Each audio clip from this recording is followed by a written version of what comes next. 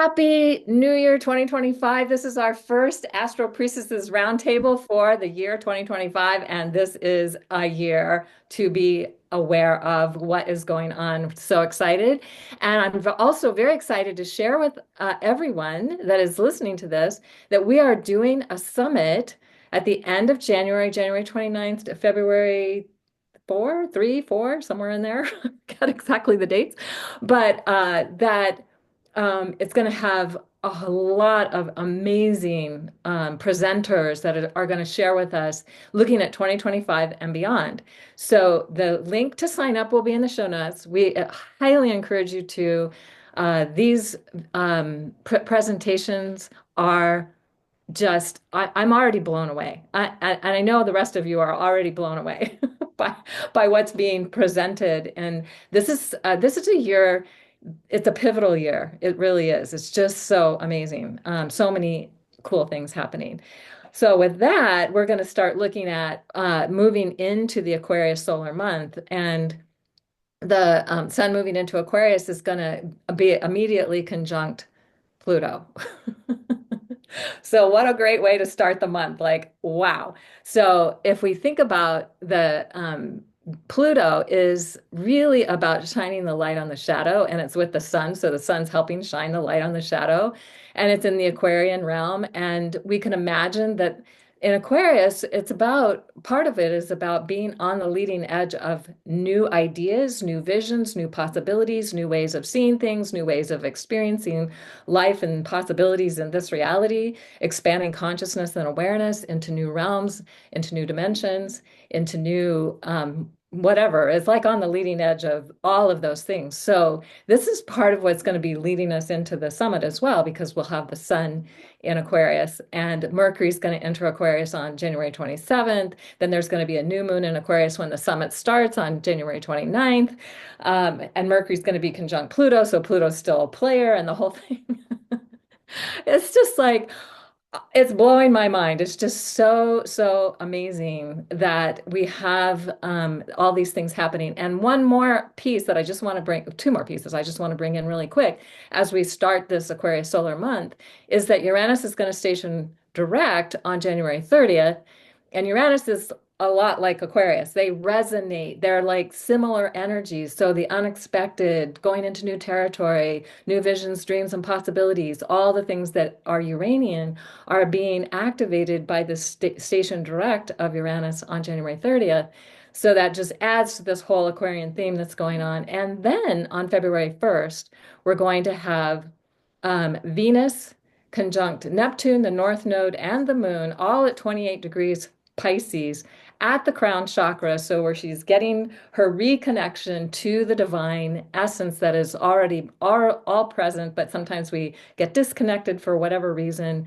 And so that's happening on February 1st. And to have Neptune, North Node, and Moon and Venus all together at the same time, at the same degree, is so rare because Neptune's a 165-year cycle. North Node is an 18.5-year cycle. Venus is an 8-year cycle.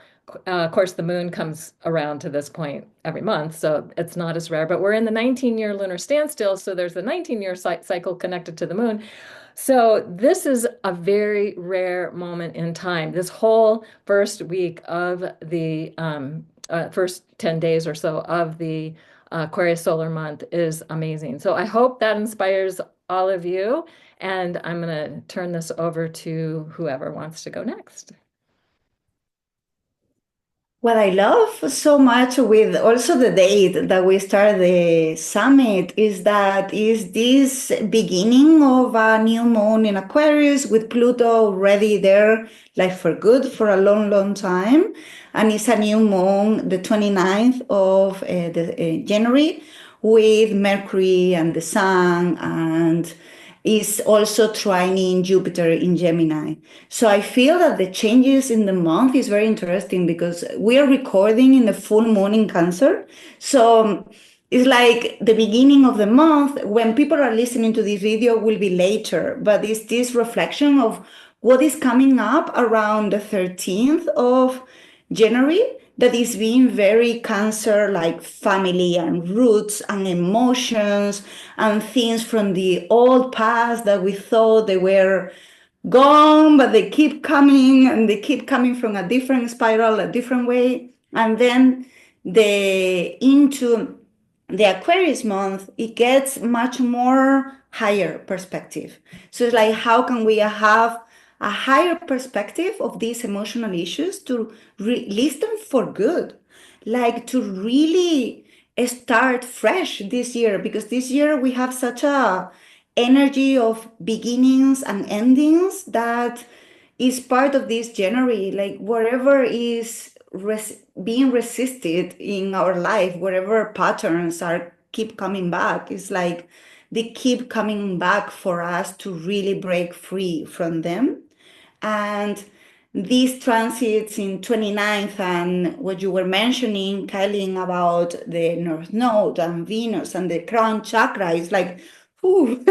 So we are going from like family issues and really personal things, because Cancer is very tribal, is very personal, to a bigger realm, a much more angelic, a higher perspective of our lives, of our issues that they, yeah, it's like I have Cancer in my midheaven and I have so many issues lately that it's like saying, okay, there are a few things that you need to do in a different way because you keep repeating these patterns. And this end, like at the beginning of the month is like seeing the pattern again, so at the end we can see it with a different light from the crown, from that service to our higher self, and to really trust that everything that is happening is always for our good, even when sometimes it doesn't feel like it. And that new moon in Aquarius, it really feels like a refresh beginning, impulse into that new era. And for that new era to happen, there is a lot of dreaming coming in the next weeks and months. So it's like, how can we surrender control in the different ways that we do it, even when we think we don't? And this is many things that is coming to me. Like, it's like every time that I feel, no, my Capricorn moon is fine. No, it's not. It keeps coming back, right? So wherever we have our moon is very important the first weeks, and then in the second part of the month, in this Aquarius, is like, how can we have a higher perspective of these issues, like seeing ourselves from another way, like if we are seeing the human and loving the human, but at the same time being the observer and knowing that we are the creator itself besides being human. And how can we hold both? I feel that is a very important part of this month.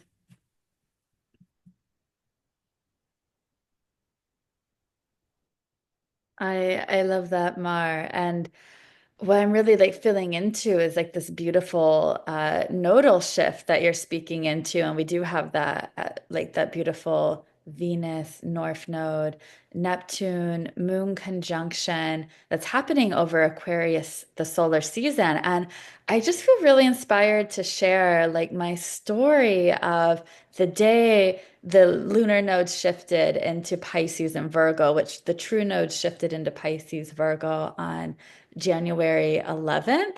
And we had, because it was, around the it was kind of moving into this like Cancer full moon that we're in right now as we're filming. So we had king tides where I'm at, and we have the really big king tides, but also like the low tides are very low as well. And the ocean like pulls back and reveals you can actually walk on parts of the ocean and get around cliffs and things that you can't get around any other time, like sometimes months without being able to walk in these areas. And it felt like there's this one area of beach around where I live that's so special to me. I call it Mermaid Cove because there's such a strong mermaid and merfolk energy there. And there's these like cliffs that jut out.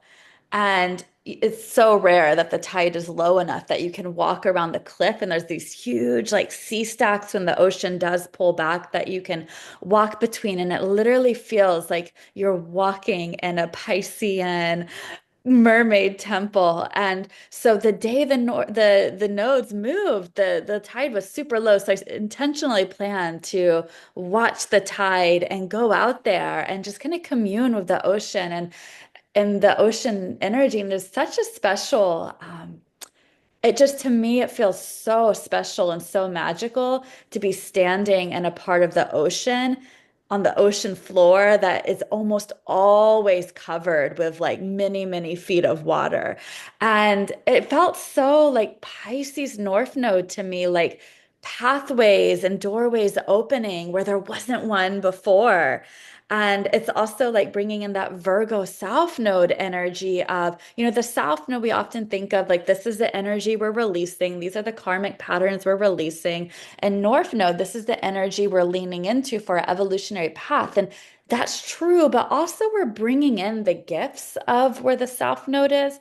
And the Virgo South Node gifts are being able to tune in to that sacred patterning of earth and sky, syncing with the sacred patterning of earth and sky and watching the tides. That is literally a Virgo thing. The earth and sky together create the tides of the ocean.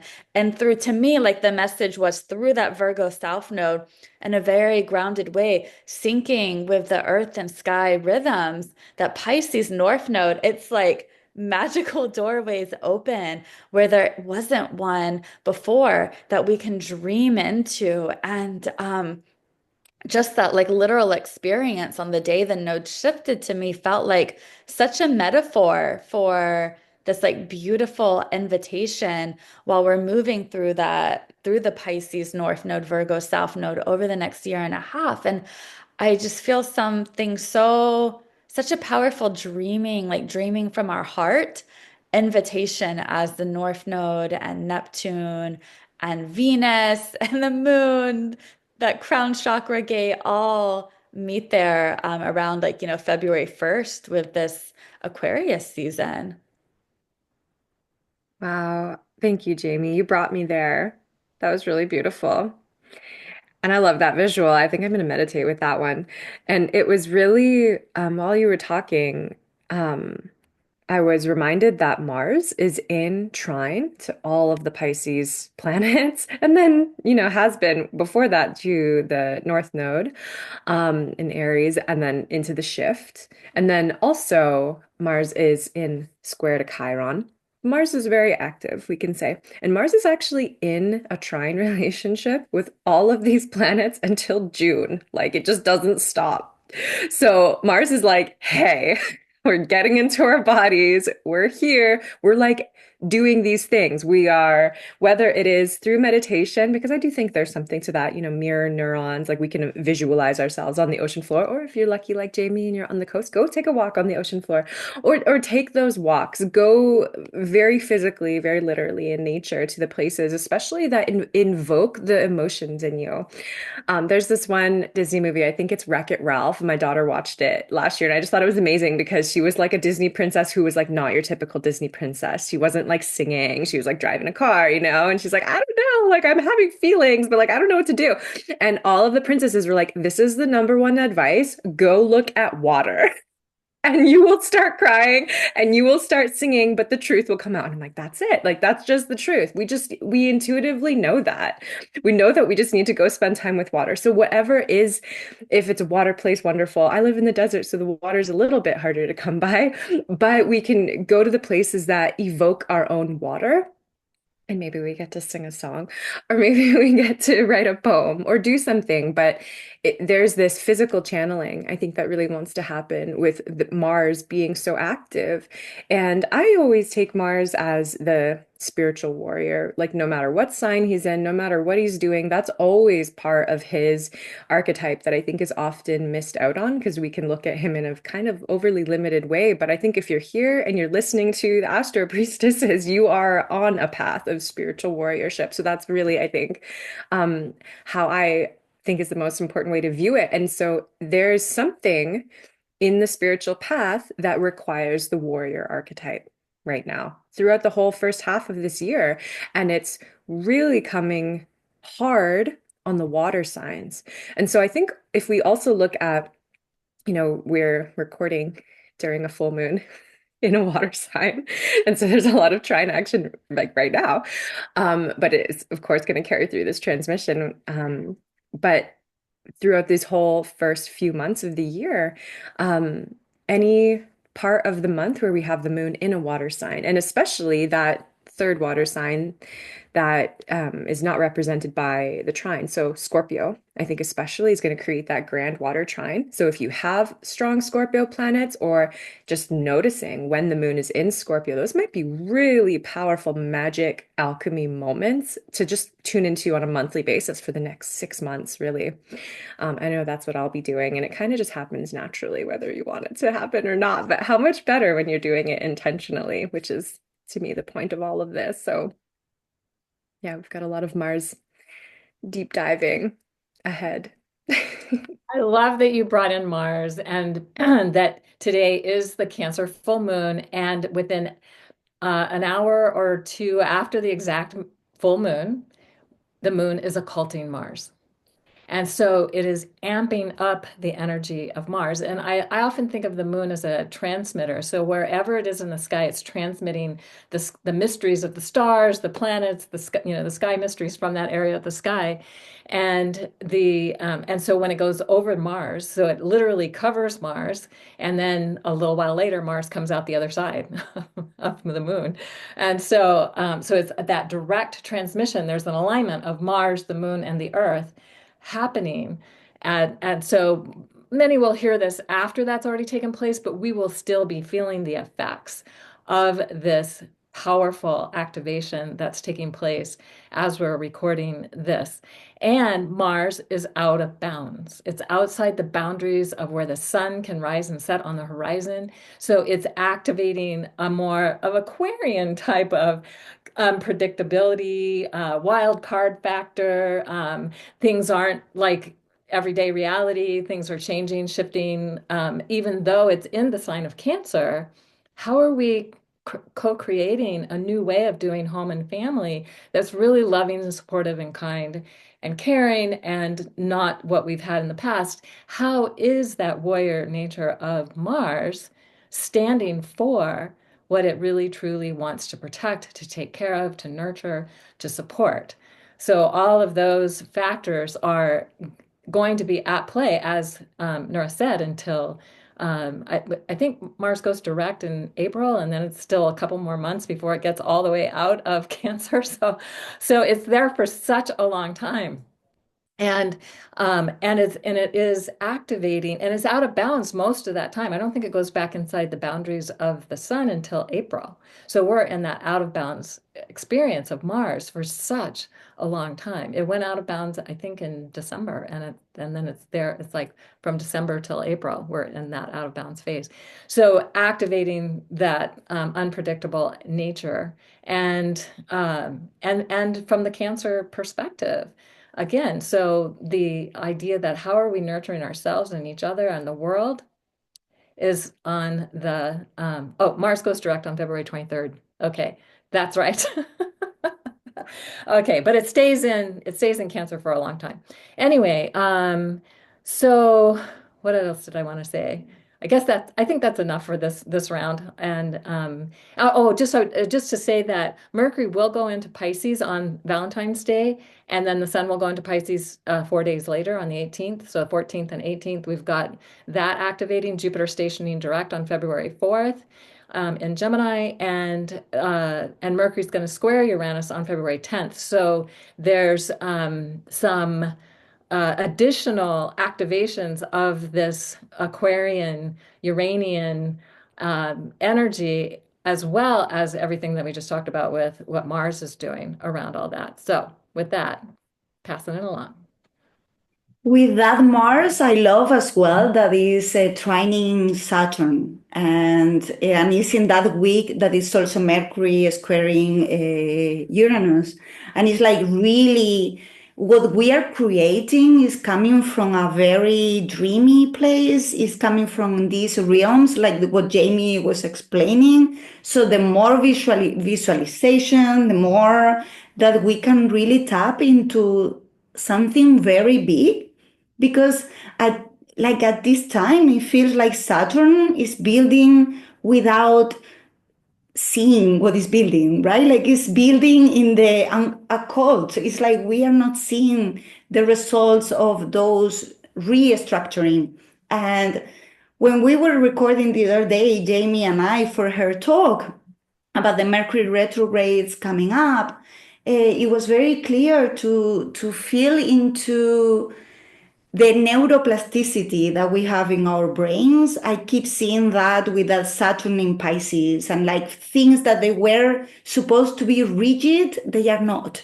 So we have the option to really rewire our brains, and that with so much Aquarius and so much Pisces is like really in our hands. Is where we focus on is going to be what we create afterwards. And so these months and everything, like what Nora was saying about these 6 months of dreaming, and then we have like these beginnings like Neptune later on, right? But it's all saying like it's all writing the same story. And the story is like, what is it that you are dreaming now? Because you are going to see the blooming flowers later on. So, what is it that you are focusing? Are you focusing that I cannot do that? Then you won't. I have tried this so many times and it didn't work. Doesn't mean that it won't work, because we are entering a much different realm. So please, it's like open yourself to your fullest potential, because we are powerful. Our brains are amazing. And how can we rewire the way we think, the way we see reality with this Saturn Mars? And I want to add something that is always very annoying for me with these two planets. Why are they called malefics? When they are the two planets that really help us to make things in the world. Like if you want to really build something, you need Mars, you need to take action, and you need Saturn, you need the structures. We're relearning the structures, and we are relearning how to take action in a way that is more co-creative, in a way that you surrender control. But still, we need to take action, and we need to create the structures. And cultures and systems, they are going to be always with us because we are billions of people on Earth. So it's like how we create new systems. Saturn taking action towards a new way. So this trine is so powerful to really allow ourselves to dream into possibility, like our impossible dreams into action, and to really create the structures and to have faith even when we are not seeing the results. Because at this point in time in January, the results are not there yet. Like they're coming up. So like keep trusting that they are coming up. And I love this trying. And please refrain in your, I'm sure, as what Nora was saying, that everyone who is listening to us is in a different like frequency of spirituality. But even like astrologically, Mars and Saturn are amazing. They are not malefics. So let's reframe our words as well, because words have power. And this has been a whole system that is trying to take the power from us.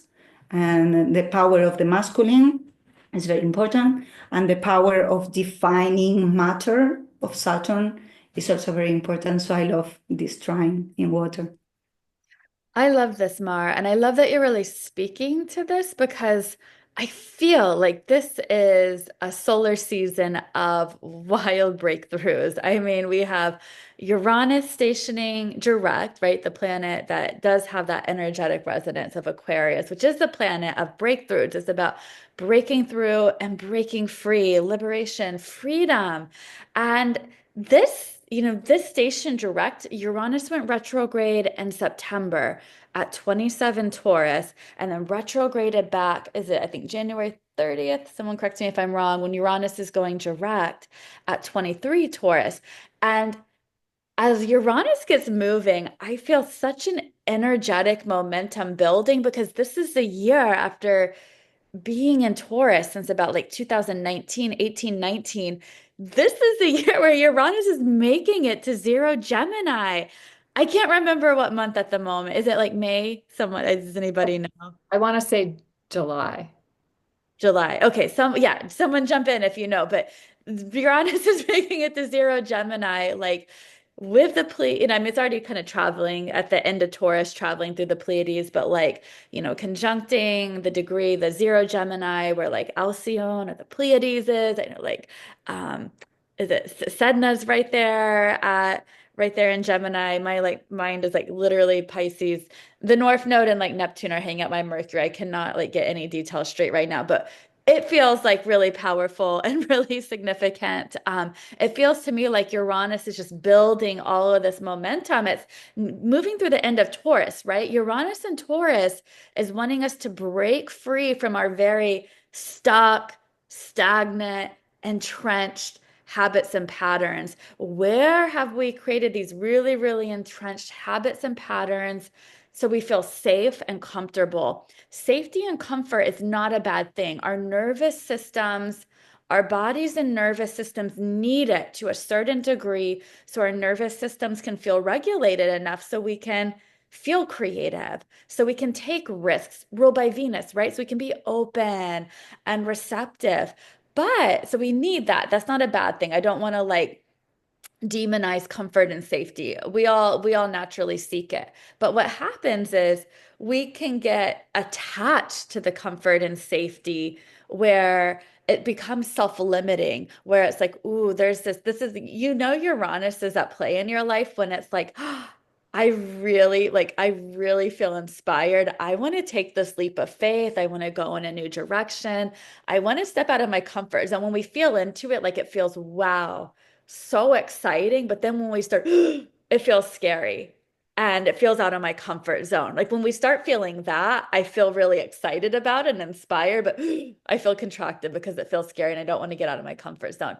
That's when Uranus is like working you.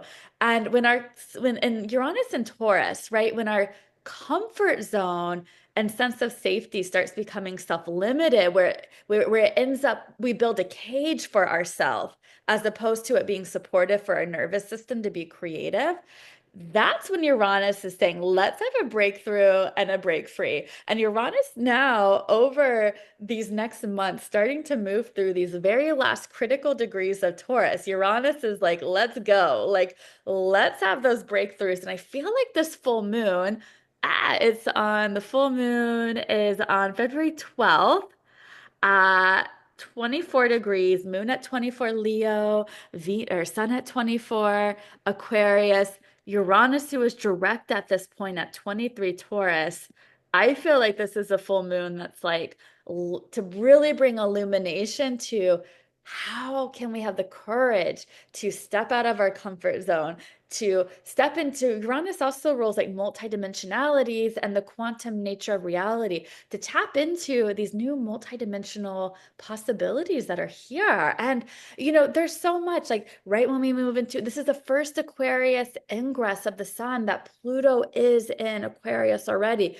We've had Pluto in Aquarius in and out, like the last 2 years, but for the Aquarius ingresses, last year Pluto was at 29 Capricorn, the year before at 28 Capricorn.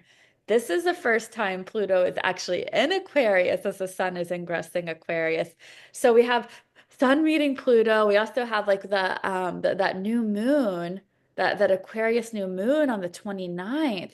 We have Mercury with Pluto. So it's not necessarily like an easy season as like, oh, it's like all of a sudden woohoo, I'm like, breakthrough, break free. We're going to be, our patterns, our self-limiting patterns and way of thinking, they're going to be up.